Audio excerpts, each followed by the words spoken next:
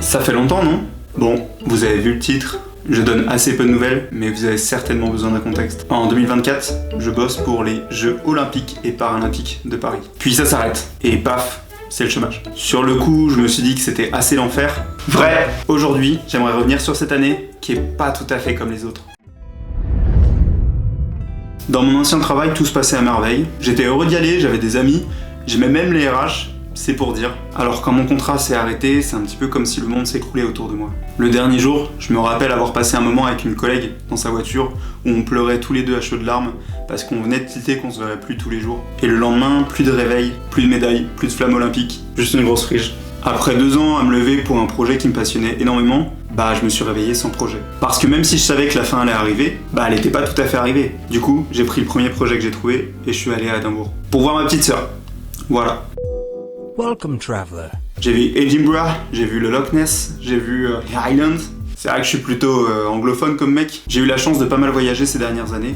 Et j'avoue que c'est un voyage qui m'a marqué un petit peu parce que j'avais pas d'objectif derrière. Donc j'y suis resté un peu plus d'1 semaine. En fait, en allant à Édimbourg, je me suis rendu compte un petit peu que je fuyais quelque chose. Je fuyais ma peur de n'avoir rien à faire. Parce que ça s'est pas trop senti quand j'étais petit, bizarrement. Mais j'ai vu une psy ces dernières années qui m'a dit que j'étais vraiment hyperactif sur les bords. Et en fait, je supporte juste pas de rien faire. Ma famille ne semblait pas inquiète vis-à-vis du chômage, mais pourtant voici mon état d'esprit.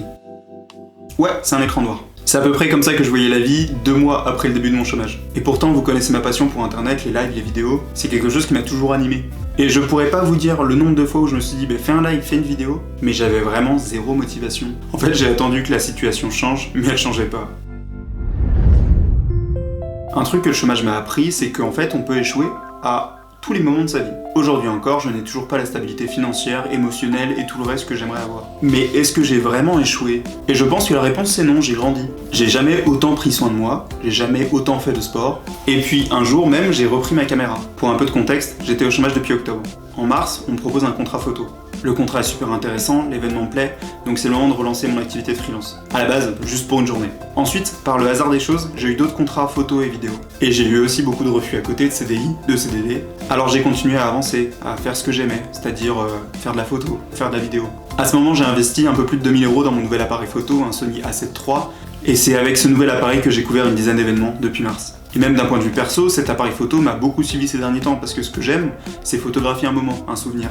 Et là où je doutais de mon orientation professionnelle dans la communication, en fait je me suis retrouvé. Ce que j'aime moi c'est l'image, et pourtant j'ai un master en vente. Quand j'y repense, ça a pas vraiment de sens. Mais c'est pas grave, ce que je veux avant tout c'est vivre. En parlant de vivre, il faut absolument qu'on parle d'un sujet qui a pris beaucoup trop d'importance ces derniers temps, le sport. Vous avez peut-être noté au tout début de la vidéo que j'ai travaillé pour les Jeux Olympiques et Paralympiques de Paris 2024. Et en fait, ça m'a beaucoup influencé ces derniers temps. Depuis 2 ans, je fais du sport un peu plus régulièrement et depuis 1 an maintenant, je fais du sport 7 jours sur 7. Je suis passé du mec qui faisait plus du tout de sport depuis le PS à un mec qui en fait beaucoup trop. Je cours, je fais du crossfit et c'est à peu près tout. Mais c'est déjà énorme pour un mec de 26 ans qui a quasiment pas fait de sport jusqu'à ses 24 ans. Et beaucoup d'objectifs que je n'imaginais pas avoir dans ma vie, finalement je les ai complétés. Début octobre, j'ai eu la chance de faire un semi-marathon avec ma petite sœur. Mon entourage a énormément changé et mon mode de vie aussi. Je consulte même une diététicienne pour m'aider à progresser tout en restant raisonné sur les plats. En vrai, en sport, je suis super nul, mais au moins je me donne à fond et ça c'est l'esprit CrossFit. Pendant le chômage, le plus dur ça a été l'isolement social et je remercierai jamais assez les copains du CrossFit qui ont été présents tous les jours aux entraînements et qui ont accepté de me parler tous les jours. Je les ai saoulés. Pour les rêves des autres, je me suis toujours donné à 100%, notamment en entreprise. Pour les miens, j'ai toujours eu la flemme, c'était jamais le bon moment. Mais j'espère que cette période est finie. J'ai rarement été autant épanoui dans ma vie qu'aujourd'hui. Et récemment, ma psy a dit que quand je vivais quelque chose, j'étais obligé de le vivre à fond. Et je pense que c'est une bonne clé de lecture pour me comprendre. Alors ouais, j'ai commencé à courir. Pendant mon chômage, je me levais pour 2 raisons. Prendre des photos, faire du sport. J'ai fait un semi-marathon en 1 an. J'ai appris à être nul, à accepter d'être nul, à progresser et à arrêter de culpabiliser vis-à-vis de mes performances, mais aussi de mon corps. J'ai même arrêté de mentir sur LinkedIn, parce que personne mérite d'être valorisé juste par son parcours professionnel. Et au bout de 2 mois de chômage, je pensais déjà que c'était la fin, et au final j'ai fait plus d'1 an. Et j'ai compris un truc, c'était pas une finalité, c'était juste une pause. Je fais souvent la blague à mes potes que je reviens tous les 2 ans sur YouTube, et c'est peut-être vrai, mais je compte pas m'arrêter. J'aime tellement la plateforme et j'ai tellement grandi avec, que je me vois pas ne pas faire de vidéo un jour. Et maintenant que c'est en partie mon travail, en fait j'ai juste envie de parler avec vous. Donc on se dit à la prochaine, c'était Pierre, ciao.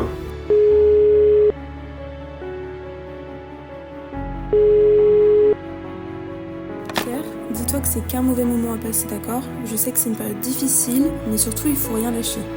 Comme on dit, après la pluie le beau temps, et surtout, on n'est jamais à l'abri que les choses se passent bien finalement. Salut mon Pierrot, je sais que la situation elle est pas facile, mais te connaissant, je sais que tu arriveras à rebondir, et puis on reparlera de ça plus tard, comme d'un mauvais souvenir. Courage Pierre, faut pas perdre espoir. Le soleil brille toujours derrière les nuages. Je sais que c'est compliqué, je sais que c'est difficile, mais t'as réussi à surmonter plein de choses avant, et je pense que là, tu y arriveras aussi.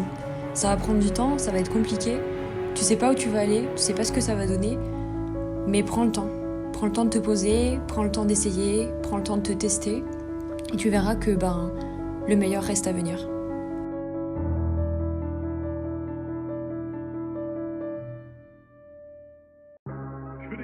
Des complexes, ta fameuse ça fait crier, je la décomplexe, yes.